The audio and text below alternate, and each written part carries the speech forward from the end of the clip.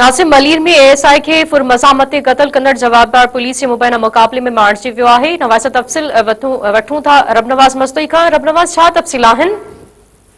जी बिल्कुल, मलीर जे इलाइक़े सुखन पुलिस थाने जी हद में फौरन विच में मुबैना मुक़ाबलो थियो आहे, जिन ते एएसआई केसर जेको आहे शहीद थी वियो आहे, जिन ते फुरमज़ामत फायरिंग करण खे जेको आहे शहीद जवाबदार जॾहिं त ॿ जेको आहे साथी आहिनि उहे फरार थी विया आहिनि, जिन ते हिकु ॼणे खे उते जेको आहे फोरू खे मारिजी वियो आहे। जिन तां ॿुधाईंदो सुखन पुलिस जवाबदार हसीब खे गिरफ़्तार कयो आहे। संदसि निशानी ते साथियुनि खे गिरफ़्तार करण लाइ पहुती त जवाबदार पुलिस मथां फायरिंग करे ॾिनी।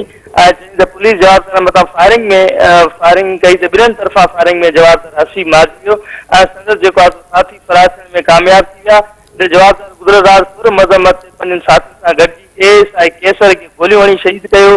जिन पुलिस वधीक चवण आहे त वाक़िअ हंध सां हिकु पिस्टल जेको गोलियूं हथ करे वरितियूं आहिनि, जिन ते जवाबदार कराची में केतिरनि ई थाननि ते स्ट्रीट क्राइम ऐं ॿियनि वारदातनि में मुलविस आहिनि। जिन पुलिस जो चवण आहे त फरार जवाबदारनि जी गिरफ़्तारी लाइ छापा हणी रहिया आहियूं, जॾहिं त वधीक जांच करे रहिया आहियूं। त जेको मारिजी वियल जेको फोरू आहे हुनजे मथां केतिरनि ई थाननि ते कराची मुख़्तलिफ़ थाननि ते केस पिणु दाख़िल आहिनि। जी रबनवाज़, तफ़सील ॾियण जे लाइ महिरबानी।